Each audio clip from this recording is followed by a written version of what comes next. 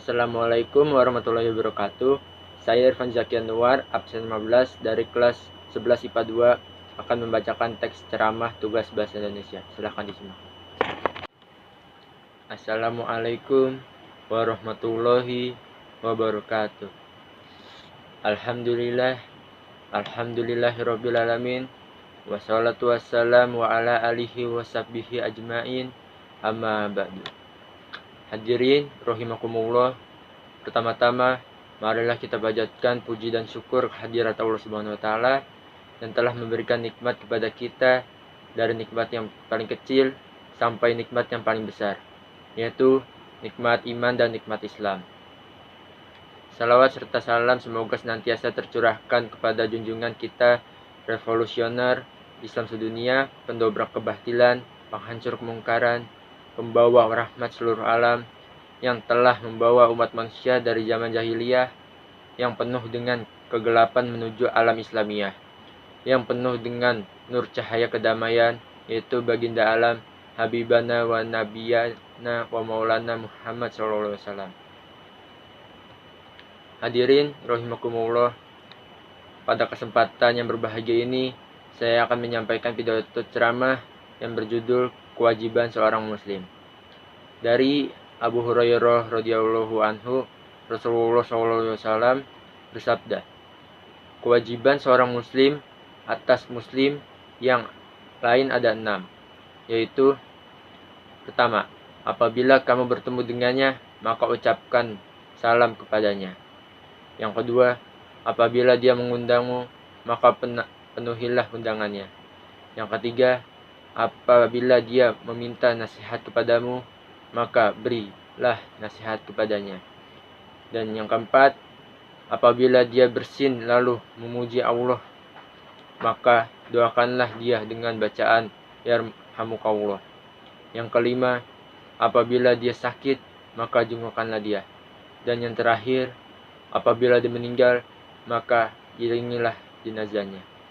Hadis riwayat Muslim. Hadirin rahimakumullah, kematian tidak memilih siapa kita dan tidak peduli berapa umur kita, dan juga tidak membedakan pangkat dan kedudukan kita. Mari kita tingkatkan ketaatan kita kepada Allah agar di akhirat kelak kita tak menyesal.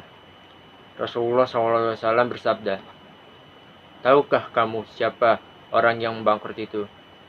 Mereka menjawab, orang yang bangkrut itu di kalangan kami adalah orang yang tidak memiliki dirham dan tidak memiliki harta atau barang. Rasulullah SAW bersabda, sesungguhnya orang yang bangkrut dari umatku adalah orang yang datang pada hari kiamat dengan membawa pahala salat, puasa, dan zakat. Namun, ia juga datang dengan membawa dosa kezaliman. Ia pernah mencerca si ini, menuduh tanpa bukti terhadap si itu, memakan harta si anu, menumpahkan darah orang ini, dan memukul orang itu. Maka sebagai tebusan atas kezalimannya tersebut diberikan di antara kebaikannya kepada si ini, si anu, dan si itu, hingga apabila kebaikannya telah habis, dibagi-bagikan kepada orang-orang yang dizaliminya sementara belum semua kezaliman tertebus. Diambillah kejelekan atau kesalahan yang dimiliki oleh orang yang dizaliminya, lalu ditumpahkan kepadanya, kemudian ia dicampakkan ke dalam neraka. Hadis riwayat Muslim. Hadirin rahimakumullah, penjelasan dari hadis tersebut bahwa bangkrut di akhirat tidaklah sama dengan bangkrut di dunia.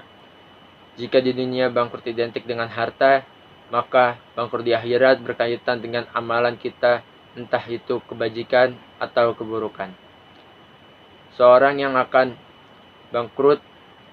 dinyatakan bangkrut di akhirat jika amal kebajikannya tidak hanya habis untuk membayar kejahatan yang dilakukan, namun dia harus mendapatkan sumbangan amal keburukan dari orang-orang yang pernah dianiaya atau diperlakukan tidak baik.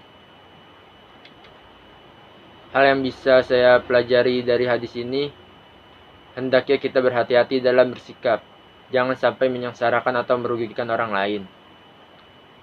Karena di akhirat kelak kebajikan bisa berkurang dan yang lebih repot jika malah amal keburukan yang bertambah dan tak terbayang berapa juta manusia yang kita zolimi bila kita korupsi uang rakyat. Nauzubillah. Karena itu, mari kita hidup mulia dengan menaati Allah Subhanahu wa taala dan juga menjalankan sunnah nabinya. Karena dengan taat kepada Allah dan mengikuti sunnah nabinya, maka hidup kita akan bahagia dan mulia. Sekian dari saya, kurang lebihnya mohon maaf. Wassalamualaikum warahmatullahi wabarakatuh.